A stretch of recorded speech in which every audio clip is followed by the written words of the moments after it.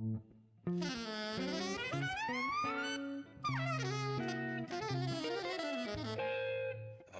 Jazz.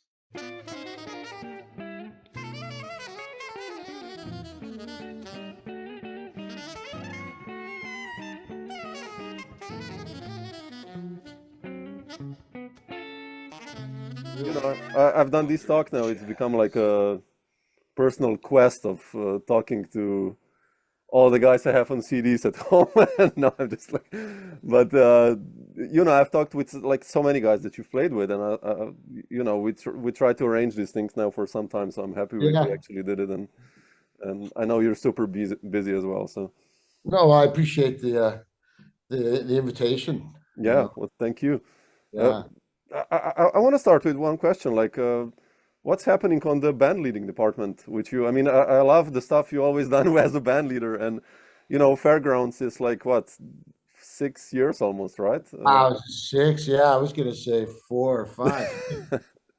Yeah, I guess I ask really good players, so True. that it cuts down on the availability. Yeah. And I don't, yeah. I mean, I think I'm a side man at heart, really. Really? That's how wow, interesting. Okay. I mean, you are, of course, obviously you've done like tons of records, but uh, Yeah. No, I mean, the best part about being a leader is I pick the songs. It's kind of repertoire, and I pick the guys that I love to play with, and uh and so I get to be the DJ in a way, you know. you like the band leading? I mean, like being, in charge of, I don't mind it. yeah, No, okay. I do like it. I enjoy it. I enjoy, but I'm not one to. I'll have an overview in a way, but it almost always includes a major input from everyone else. Okay. Invite that. That's kind of. It seems to be that's kind of the way it works. Yeah. So, you know, I mean, Fairgrounds was really a collective thing. Oh, Like yeah. I said, it's my big idea, and then I told them the only obligation I'm I'm I'm putting on them is that they feel free to play what they hear. There was no set list. There was no Mm, the repertoire was maybe a few tunes, but the majority of the performance was just very playing. spontaneous, whatever came. Mm, Yeah, and that had its challenges and its great rewards too. So yeah. Yeah. funny. You still Yeah. compose otherwise? Or Say again. do you still compose these days? Or I'm in the middle of doing that. I have never written so many tunes in such a small amount of time really? as I have Oh, now. Yeah, I it yeah, I'm very slow at it, because I can't really play piano or guitar. I have some things that I find, but I don't play these instruments, and so it's a very slow process. But this time around, they're coming. Usually, what happens is the first time I started writing was late, and there was a gig at Smalls on Sunday night that Neil Miner had running. That was like the band would come in, and the idea was the leader of the group brought in some fresh original stuff. So I said yeah without having any tunes, and then I cooked up a few, and that was the beginning. So this is a similar kind of thing. Someone asked if I could write some music for this concert, and I said sure. And so it's coming up in May. oh, So fantastic. yeah, yeah. So it's cool, man. It's got three or four done pretty much now, and still need a few more, just to make a nice set out of it all. But Yeah. it's been cool, and plus, like I have good friends, and like I say, they're great players. So I say, hey man, how's this sound? And they say, oh, this is great. What if you did that? And so, like the Yeah. Beatles song, right? You get by with a little help. How do you do it usually? On how do you start with? I listened today like to a couple of albums which you like Fly Trio and Fairgrounds, and there's one too you wrote, Child's Play. I think that one is yours, right? The nine Yeah, eight. It's like yeah. CFG kind of such a nice melody. Like, what's your process there with By with? hook or by crook, man. It's funny. That one in particular, that was like maybe the second tune I wrote. Really? Oh, Yeah, but basically, I have a big love, a big interest, a big love for a lot West African music, mm, and there was this kind of beat that was from Ghana. This Ghanaian percussionist asked me to play in some group that he had years ago in New York, and so it's very fantastic rhythm that's that beat there. And so I'm not able, like I said, not able to play at that tempo. I'm not thinking of that tune in that tempo. So what it was I had a Rhodes and I played, I found the bass line, you know, and then I had this sort of ostinato part to it, and it had this kind of 3 chord progression. mm. And the tune just materialized, and it was, you know, it has its little trick of entrance like on the Yeah, yeah. upbeat like that. So it's not an easy thing to play if No, you're yeah. really in that frame. But so I would do it part by part because I couldn't play it all together. So I recorded it on a tape recorder, and then I played back the tape recorder, played the second part, and had those 2 parts playing, and I recorded it on a little dictaphone, little tiny little thing, dictating recording device. And then I played that little tiny sound into the recorder again. So I Oh, made the two okay. parts. I constructed the, and it sounded like a little toy box, and that's where Child's Play came out of. You know, it sounded Okay. toy. Plus, it was quite slow and kind of wonky, but once it got up and running, it had some different legs. So Yeah, yeah. And I love it because it's different also within the Fly Trio. You know, it's like yeah, you can hear the personalities of each of you guys. Like, you know, Mark has his style. right You on. have your own Larry, of course, also, and it's nice to hear that. It's like, oh shit, man, that's different. It's Yeah, right really on. cool. Yeah. One tune we did, the Fly Mr. Freak Jar, was a collective effort. So Mm, I had this pet rhythm that I always kind of just play with, and so I kind of just started poking around with things, and then I call up Mark. I said, "What do you think of this?" And I play the chords on the piano. He says, "Oh, that's cool. You know, what about the melody?" Oh, okay, great. Then we do the melody, and so it's every time I call him up with a little bit more, he says, "Yeah, cool. But what about the B section?" You know, I said, "Come on." Well, yeah, yeah, those guys are, you know, especially Mark. I mean, he's, of course, he's such an amazing composer. he's amazing, right? Yeah. So it just took him to say, "But I've lost you. Sorry. Somehow you." Oh, there you Oh, I go. see. It just took him to say, "What about this? What about that?" So, and then okay, the beginning and the middle, Yeah. first statement was all made, and then Mark kind of put some changes to the intro because I had this nice drum beat. Most of the stuff kind of starts with a drum beat, maybe. And then at the very end, Larry took those 6 chords I think that Mark threw down, and he came up with these wicked bass lines. So that was a nice That's nice. Yeah. collective effort on that one. Yeah. It's nice that you guys, you know, you've been doing this for such a long time together and you know kind of each other's Yeah, where to go. I mean, that's a privilege, right? my gosh. Yeah, anything I really write is kind of just with voice and bass Yeah. in mind because of that, Yeah. which is cool too. Because, like I said, I have the chance to play with Obviously. Yeah. Yeah. incredible guys who play harmony, like amazing. So it's there, but there's always a little something that's a little pedestrian about it, or weird about it, or you know, grunge It's sort of thing to it. I don't know. it's something about drummers as composers. You know, I love Paul Motion, for instance, and you know, it's his tunes are like deceptively easy. I'll put it like that. You know, it's like kind of rubato melody, but it's like, man, you know, it's so much there that you can hold on to or do with it, and so He's quite cool, yeah. amazing writer. Yeah. Uh, Jeff, I wanted to ask you. You mentioned Smalls before, and you're from the West Coast, right? What? How was the move to New York like for you? And it was like early '90s or something like that, or In 1990, I went. Yeah, I came from Santa Cruz, California, okay, Northern California, and that's where I met Larry. So I met Larry like in '88 or already. Wow, or '86, something like that, even maybe. wow. Yeah. maybe even a year earlier. But yeah, and then came to New York, 1990, and yeah, and stayed there for about 20 years. How was the beginning like for you? I mean, the 90s were still, you know, all the greats were still alive from Art, I think, and Elvin and all these guys, and then you had the new upcoming guys. What were the first connections you made and the gigs you got? And First connections was I went. No, Larry wasn't there yet, and Mark I hadn't met yet. So the first one was guys that I came from. I was playing with Ray Charles's band. ah, really? Well, okay.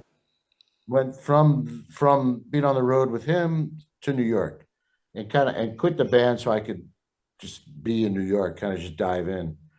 And I was with this great tenor player who's also a great bass player now, Michael Karn. Yeah. He was my roommate on the road, and Mm. so he hooked me up with some of the guys that he knew in town. So there was like Frank Kimbrough, Oh man, yeah. yeah, and Ben Allison and Ted Nash and Ron Horton, and so Michael Blake. So it was kind of playing very free music actually with those guys. Um, and somehow or other, I think it was through Adam Coker, saxophonist. Yeah, yeah, I love that. I met Ben Street and Kurt Ah, that's how that happened. Okay. pretty early. Yeah. So and that might have been, yeah, because they'd come from Boston, something like that. And so we hooked up very early on, and Mark also became part of the group really early on as well. So Yeah. I was just kind of we're just rehearsing and playing on Tuesday nights at Smalls, and the first few years was pretty not easy. You know, I had gaps in my playing. I wasn't up to snuff, as they say. You know, I needed to get my shit together. So I wasn't really working a lot. So I was doing a lot of bike messaging and Oh yeah. Oh wow. Really still. stuff. Yeah, after playing, with a genius, legendary cat, it just kind of cuts you down, right? Sure. Yeah. Yeah. But it was a necessity to be there, So I got my, there was a certain moment when I kind of had to readdress the drums and really get serious about it, and it took me a couple months, and then things started moving along after that. Yeah. Especially after 2000, I think. I have you like on, I don't know, 40 records from 2000 on to, I don't know, 2010. It's like at Yeah, least incredible busy period. I mean, it's good stuff, stuff yeah, that was, incredible. it wasn't like I said, getting my stuff together. I wasn't quite the bebop player at all, and I was the more, I don't know, kind of a mix of the times, I think, Yeah. also coming out of big band playing and then playing a lot of different kinds of music. So a lot of music from the Caribbean or like I said, some West African stuff. But Yeah. You can feel it. Yeah. so yeah, so there's always been a little bit of this sort of flavor, and that kind of served me super well with playing what I played. I played with Kurt. It wasn't bebop by any stretch, and Avishai stuff and Yeah. Danilo. Absolutely. Yeah. So it was, yeah, it worked out. How was it like with Kurt? I know you, especially, my generation and the generation after me a little bit, like the next step, that was like the album for the guitarists. Yeah, that's what I'm hearing. Yeah. And you guys made a reunion now as well. And like, how was it for you, like, to play on this reunion on those tunes? And even back then, when you recorded that, did you have the feeling like it's gonna be like so powerful or strong or? For me, no. I think Oh, maybe interesting. the other guys, yeah. I didn't think in impact at all. I mean, it was great at Smalls, and it was hot. It was happening, and what was just kind of, I mean, remarkable for me was that the music that Kurt brought in or had just at that moment, and without even, I think, maybe writing for us or Mm, right after it was with us, but in mind, but it was just a real, what a synchronistic moment, what I was coming with, what Ben was working on, what Mark was working on. It just was a perfect vehicle for our moment, in mm. development. and I think that's kind of what made the things extra special for me, you know. So figuring out these beats, or figuring out a beat for it, Yeah. or you know, just what is it, how does it speak, how does it work, and it was just like I said, it was just that really. I wasn't looking at a bigger, you know, perspective of it. Mm. I'm not that smart, man. I tell you. What about playing now this music like 25 years later? Yeah, it was How did you great. approach that? And That was really great. I mean, it was really great just to play again. And the Vanguard was the first time we hit again. I mean, we oh, did wow. it. We did do a gig in Berlin. That was okay, but this was cool. You know, come back in, and really, the gigs, before we come the gig would start, before I came out, I kind of listened to it for a second, and then quickly said, "Bah, I don't need to prep too much, because it's my part. You know, I made the part." So then we got together the day before or something, and we just played down the stuff, and it was very, you know, it was like riding a bike. And it's Yeah. cool, you know. And we had quite a few, you know, we had a few 2 week, 10-day, 2 week kind of periods of playing, which was great. Excuse me. Um, I learned a lot, I tell you the truth, Mm. and an own personal kind of uh, view of it, because I'm playing what I played before, and then I'm trying to play something else, or just be spontaneous, you know, be instinctive. And I found that wasn't working as well as really sticking to the tune, you know. Mm. Yeah, yeah. Kind of like, you know, what comes, whatever it comes, that's okay. But if I want to make it, I want the song to sing as well as it can, and be as, you know, be what it is. It's a vehicle, you know. It's a Yeah. certain sort of mechanics to it, in a way, and play the tune, like, you know, you hear everyone say, play the tune. So I had to reassess and get my together in that sense, and it was great. It was really great. Mm. And, you know, be with friends I hadn't hung with. I mean, Mark, I've seen before, but with Kurt, I hadn't seen in 20 Oh, years. really? Oh, wow. Okay. That was a long, long separation. Mm. That was cool. Tunes are still great, you know, same Oh, yeah. old tune, great stuff. And we played some new ones, a couple new ones. They were fun too. Interesting. Well, yeah, I always love these reunions kind of type, you know, because the players, each one of you had like tons of other experience and band leading and everything. Yeah. Then it's like, Ben, man, Ben's been playing with my heroes, you know. Played with Paul, he played yeah, with Andrew Billy Smith, Hart and Billy Hard, like top guys for me, you know, the most important players in a way. mm, That for me, and what I like, spiritual forefathers, you know, okay. for me. Wh- Yeah. who are the important drummers for you? Like Billy and what, Tony Williams or like Jack? Billy, Billy was huge for me before even Tony, in a way. I mean, Tony Really? was Well, in the peripheral, but I just like, I was like 18 or something like that, and I found a record that was I think it was a Jim McNeely record, and it had Billy on there, and man, that was just more than an eye opener. The mm, guy, you know, just that, like I said, the spirit side of it, his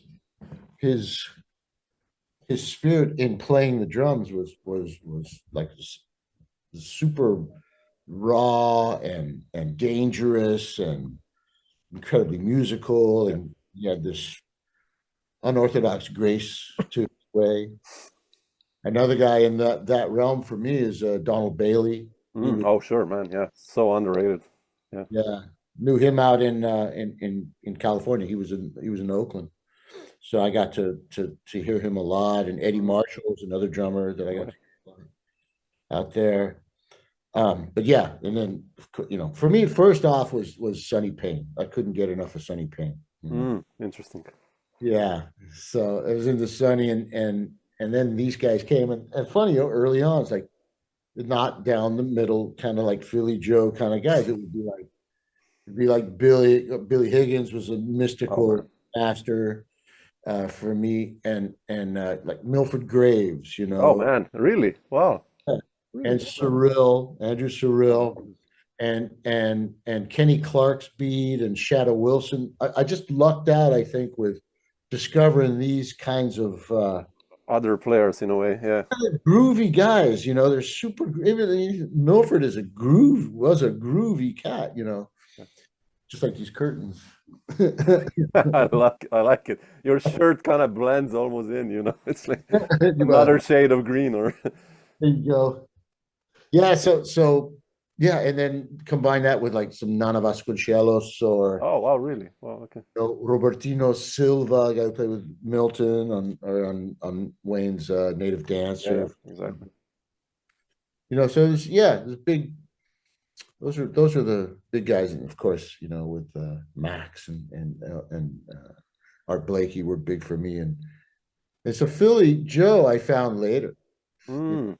Kind of interesting to me. I went either a little to the left of it or super straight down the pipe with the beat. I think it was, Steve Gadd and Omar Hakim and those guys. So yeah. But so great.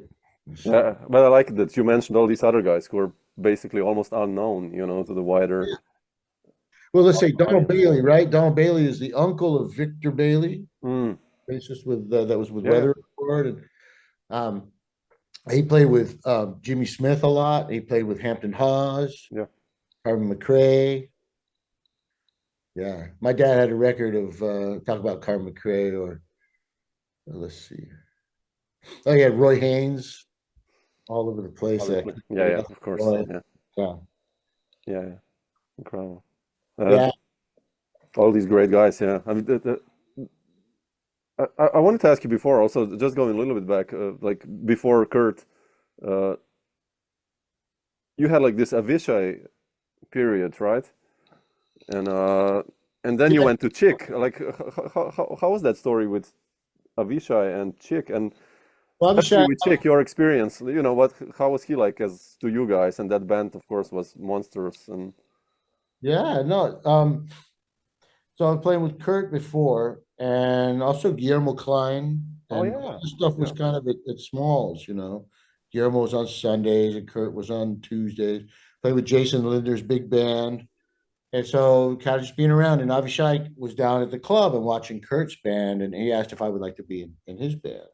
Okay. So he had the band with Steve Wilson and Avi Leibowitz was a trombone. And Amos Hoffman and Claudio Acuna was singing in the band, and Jason was there. And later it turned with Jimmy Green got in the band. Steve Davis was in the band, right? So I think there were two trombones for a while there with Avi and Steve. And Avishai wrote great tunes, Yeah, I love those records, Adama and Colors. And Colors is so groovy, man. Really nice stuff. Right? Yeah.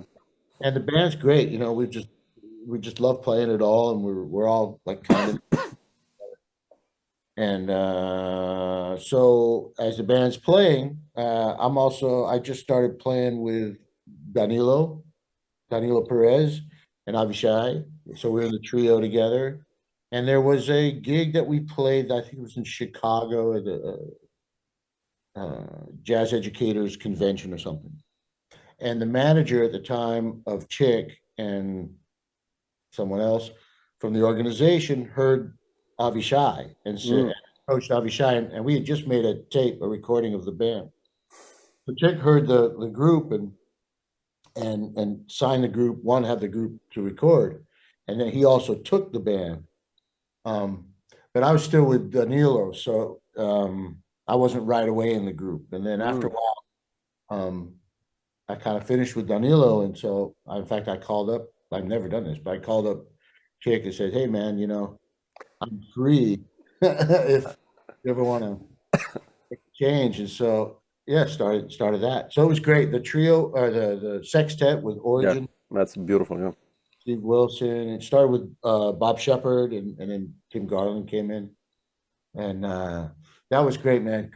Like great writing, amazing writing, and then we play standards too. Like it could happen to you. Yeah.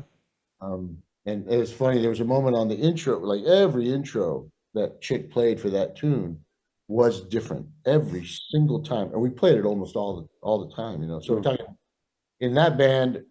It was like 3 years, maybe a little bit more, and it came to the point when the tune was going to start. Steve Wilson would come next to me, and we just kind of going to break this time, you know, and sure enough, you know, it could be Fats Waller or Cecil Taylor or whatever. It was amazing. Every single time it was something else. It was shocking. It became a thing. So it was a great time, man. Great. And those are beautiful guys. And Yeah, obviously. Yeah. so had some gentlemen and classy cats, you know. And Chick was the greatest, you know, took care of everybody. And Yeah. then I guess that band wasn't making a lot of money, so we broke it down to the trio, and that continued. You know, I had a really great hookup with Avishai because Oh man, yeah. he was coming from playing some rumba, and then he's also coming from North Africa and a sort of Middle Eastern Yemenite sort of shape, and I'm enamored with that stuff, you know. So Yeah. we had a good hookup in that way. Really great. It's really, really natural. So Yeah. Yeah. I love that. You and Avishai, it's beautiful. Yeah. The grooves, you know, I mean, with any bass player, you blend together so well. It's just like, Well, thanks. you know, with these guys that you play with, I mean, it's incredible. So like, I mean, I got a chance to do something with Chick and Christian. I was very fortunate. Man, that's different. Yeah. that was man. All this Roy started coming out of me. It had to be because it was the way it was working and everything I had heard up until that point. You know, Yeah. it was sitting in there germinating. It was so great. Yeah, Christian's beat is completely different. The way he plays, you know, way more traditional in a sense than Avicii, obviously. So, but still, like the groove, you know, it's like incredible. Yeah. Incredible. Well, Christian can go anywhere. Yeah. He's a monster. Anywhere he can go Miroslav on you if you want. Yeah. Dave Brown and Miroslav. You know, he's incredibly well rounded. He's Miroslav Brown. So.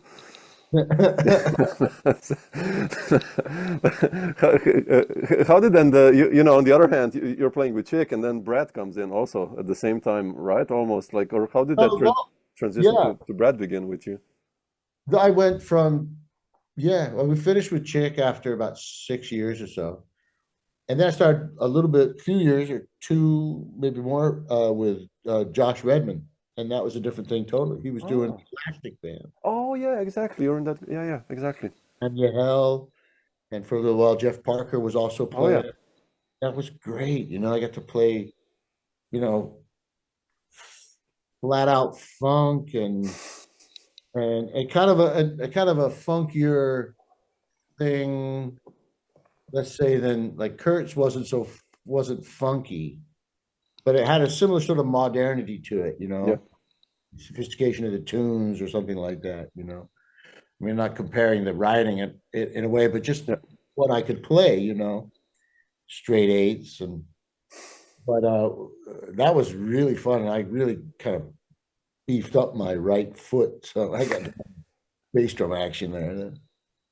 So then after that, then Brad's gig came around. I had some work with Fly, with Mark and Larry, and I guess Brad had heard that gig. Okay. And I mean, Larry and I mean, I've been playing with Larry the most out of anybody. You know, I've known him for. Yeah, Larry told me, like, I did this talk with Larry, and he said, like, you go way back to early 80s even, or something like that. Or Yeah, man. Yeah, like, right? Yeah. Something like that. We're pushing 40 years in the business. Wow. That's amazing. Oh man, and I've learned so much from that guy.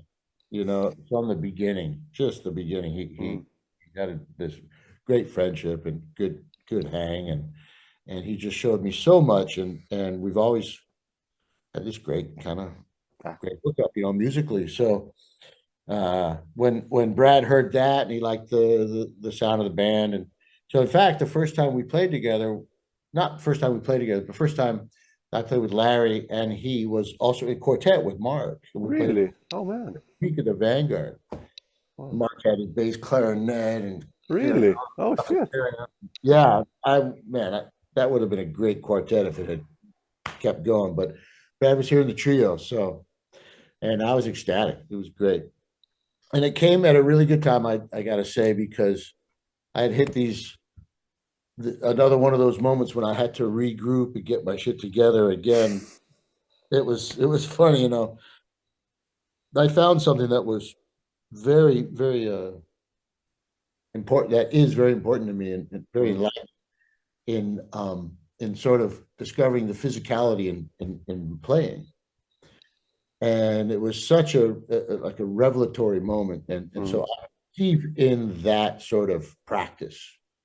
And basically, it was just stopping and feeling the weight of my limbs moving around, and I studied, very focused, and for hours and hours and hours, just dealing. It was fascinating, and so like after I don't know, maybe I've been doing that for almost a year, let's say, and then Brad's thing came in, and I was really ready. I think the main, look, man, I think like 90% brain, it's just so much about the focus and the concentration, that is needed in this music, right? So, if you have incredible focus, I think this is the idea, basically, So I didn't unwittingly, I was working out in that regard, because sort of practice was nothing but like heavy weights lifting in terms of focusing on every aspect, so when it's time to play, it's just this click, and you're immersed, completely. And that's the high thing with those guys, it's all these great players, is there Such a high level, yeah. Yeah, it's sort of their attention, what they can keep in their attention, their spectrum of attention. Yeah, and I like that record, Days Done, the first one you did. Like, it starts with that Radiohead vibe. I mean, I'm such a Radiohead fan anyway, and then I heard that, I was like, shit, man, that's incredible, and your approach, of course, it's you, and it's so different than Jorge, who I love as well, and, it's just like, man, that's cool. And then you do Alfie, and it's like, wow, okay. But that's the thing, right? They ask you. I mean, I'm very blessed. We are blessed to be asked to play because of how we play. So we don't have to. Exactly. In fact, I hadn't heard, like, we never played that tune before. That was just like in the studio, let's try this. Really? Oh man, okay. So as I remember it. So, but the funny thing, talking about like this sort of mind, this high mind. I remember early on with playing with Mark and Larry, and that band. So there's no vertical information, It's all lineal information, right? So I had a camcorder, like I just got those little mini digital recorders. So I'm recording the gigs. Our first tour, we're playing around, and the music's new, and these tunes, and so we're watching it after the gig back at the hotel. We're plugging into the TV, and we're watching. And so there was one tune, played the head, and then Larry plays a solo, and then Mark starts to play a solo, and the tape ran out. And Mark went, "Oh," and I said, "Yeah, shit, man, that was a great solo." He said, "No." He was upset because He was disappointed because he wanted to hear how what he played reflected on what Larry had played. Okay.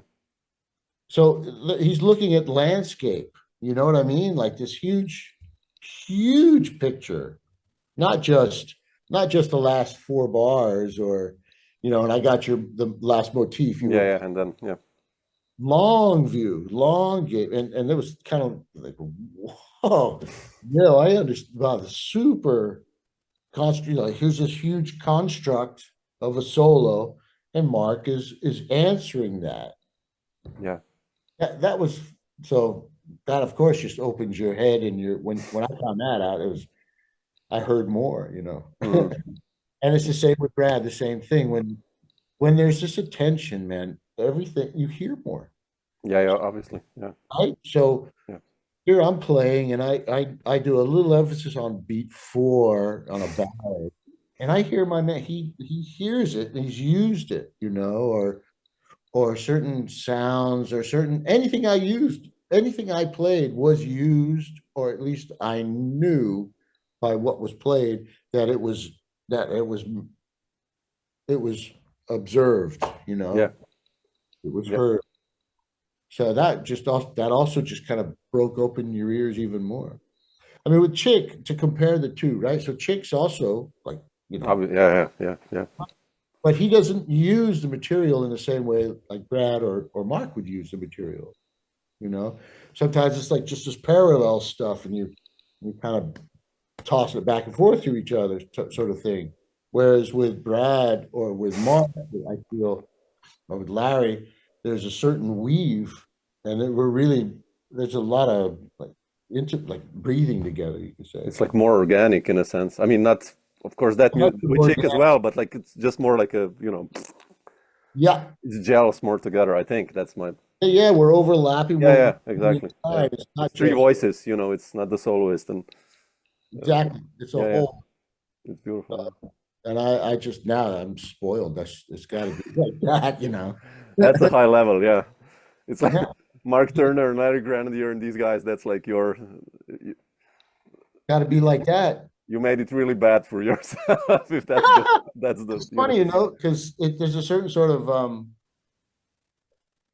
lack of personality that's being thrown in front. It's more for this. You disappear. You're kind of an instrument it's just going through you, and you're just playing what resonates. And what seems to be calling for. You just play what you hear Yeah, instead exactly. of kind of what you think and what you like. I'm not playing what I practice. You know what I mean? In a way, it's Sure. Yeah, yeah. You can hear that. Yeah, yeah. So yeah.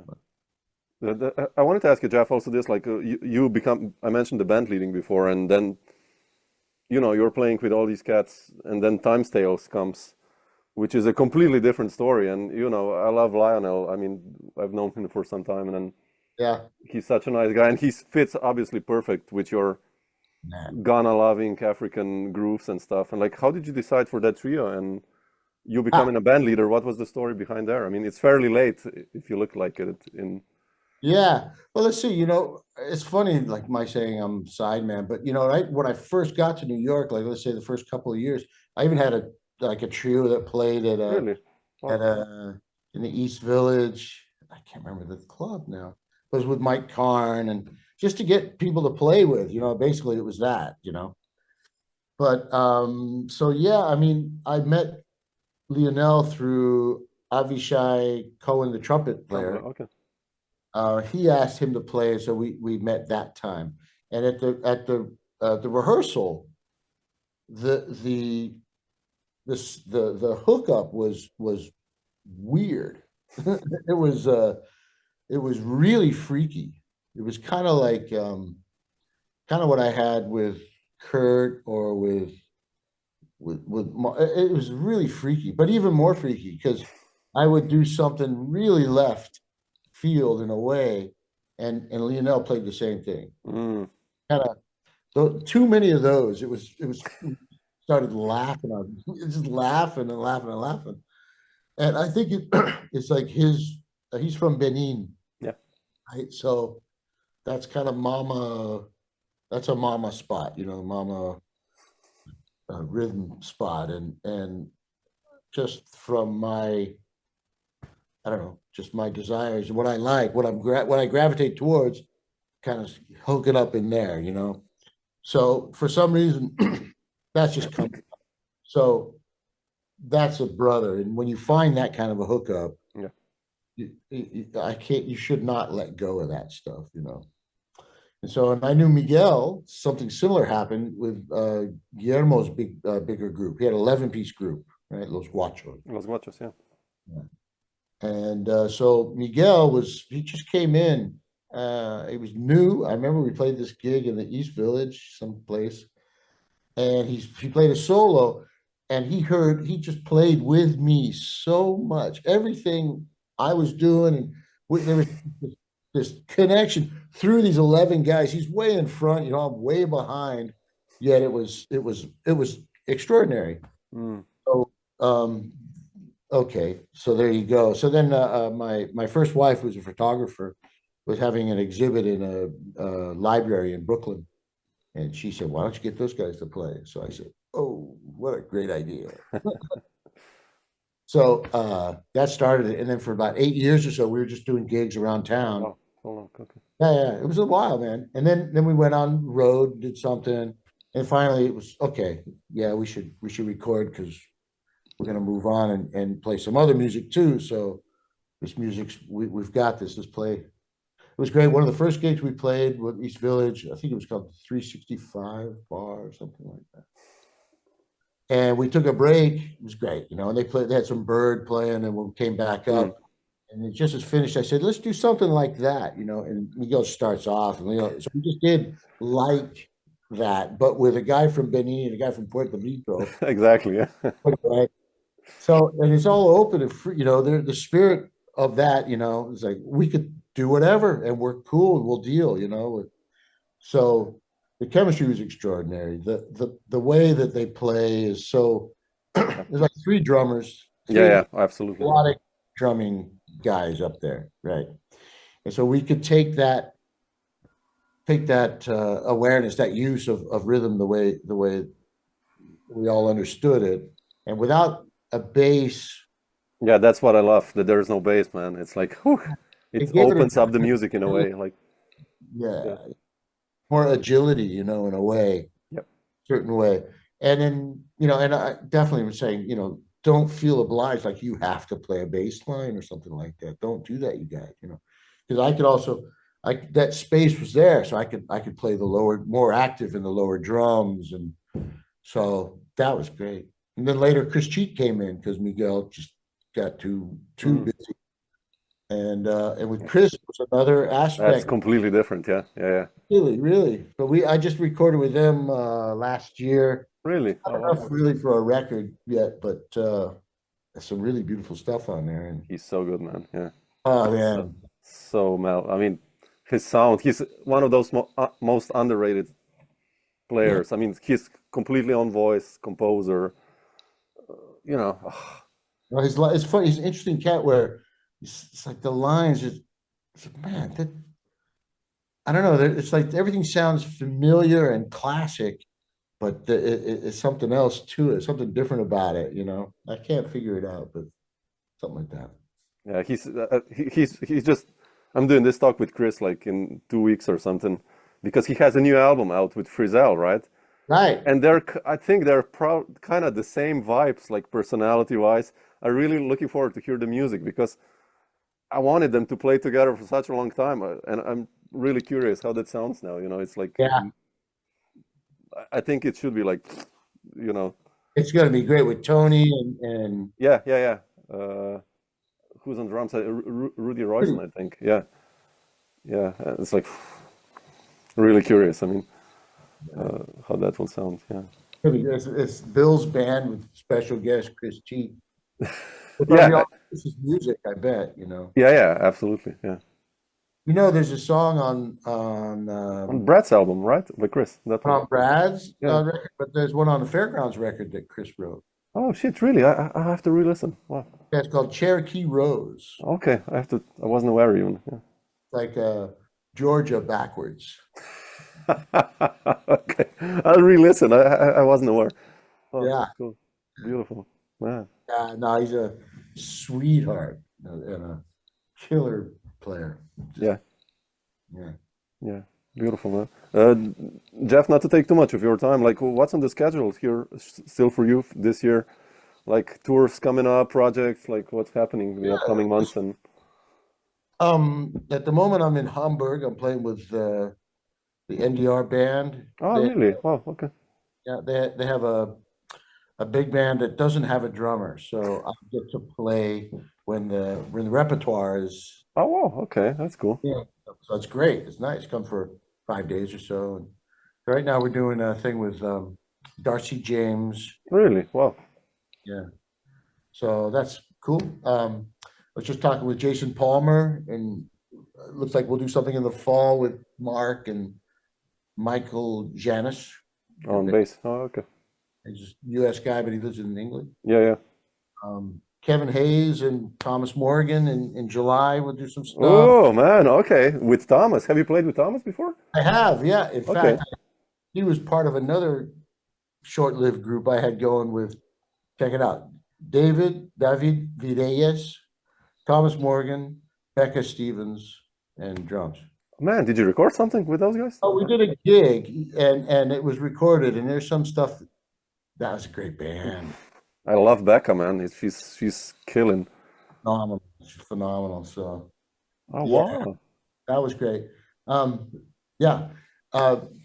Yeah, it just says some other stuff. There's a couple of musicians. So I'm living in Italy, been here for a few years. Oh, where are you? In Italy? I live in a place called Sesto Fiorentino, which is close to Florence, Oh, Firenze. wow, beautiful. Yeah, that's cool. Oh, man, Italy. I love it. I'm like 2.5 hours from Italy, so you Yeah, know, we sometimes just drive there just to eat pasta in Trieste or, you know, I just- you know how it is. I mean, all the stereotypes, it's true. It's just super, food is yeah, ridiculous. So, yeah. yeah. So I've been once in a while now I'm playing with a pianist. I'll play. His name is Alessandro Lanzoni. Oh, yeah, sure. Oh, Bassist Gabriele Evangelista. These are great young players. Um, so yeah, Stefano Bolani. Every now and then I'll do something with him. really? With Stefano? Wow, okay. That's nice. Like he had a TV show. I played for like 9-show season. That was first. I got to play with mega stars and movie stars hanging out, and He's like the superstar in Italy, man. Yeah, he is. He's kind of a big deal. He's heavy. So yeah, and actually, we're gonna do something with him and Grenadier, beautiful. and oh, I'm not sure who else because he's still trying to put it together, but Well, that's fantastic, man. Beautiful. yeah. So keep him busy. But you know what, man? I just want to say, right now, it for me, I feel really lucky because kind of hanging with Mark and Ben, we had this long kind of heart-to-heart talk in a way, and I got a real good kind of inspiration, big tough love kind of, and I'm just super enthusiastic about studying again. Wow. So I'm transcribing Kenny Clark playing behind, playing the head Really? Oh, man. back to like, and even more than before, like even more serious than before, and just got a really big rebirth, and I'm incredibly thankful and super enthusiastic. So it doesn't matter. It kind of in a way, like I'm glad I'm playing, but I'm kind of really anxious to get in the laboratory some more, and I'm writing some tunes. I've got to work out some drum pieces. I have a nice solo gig coming up in 10 days or so now. Oh, man. Yeah, I wanted to ask you about that because there's one video of you in Switzerland. You did a solo gig in Oh yeah, Stefan. no, that was in somebody's basement. Yeah, that's incredible. I wanted to ask you if you ever will do like a solo drums record because that's poetry. It's like painting I'd or love to. Thank you, man. it's I like love it. I haven't done it because I have to have something that will last. I can yeah. go slow but I'm working on figuring stuff out, like I want to say something, so I'm trying to figure out how to talk. How to do it. Yeah. Yeah, yeah. But beautiful, fantastic. Well, we need more Jeff band leading stuff, so I appreciate it. hopefully soon. So yeah. Thank you for Cool, man. your Thanks so much. all that, man. I really appreciate the time and you. Thank you too. If you're going to be around Slovenia, I'm in Maribor, like half an hour south from Graz. We live in a wine region. If you like white wine, just give me a ring. I'll show you around. So I live in the vineyard. So I'll be knocking at the door for oh, sure. yeah. So just let That's me great. know. We'll Well, if hang. you see I'm close by, reach out I will. and We'll meet for pasta or pizza or something. So yeah. Superman. Thanks, Samo. Thank you. I'll let you know when this is out, and I'll send you a link and everything. So Appreciate it. cool. Appreciate Thanks, Jeff. Stay strong. what you're doing, man. Thank you.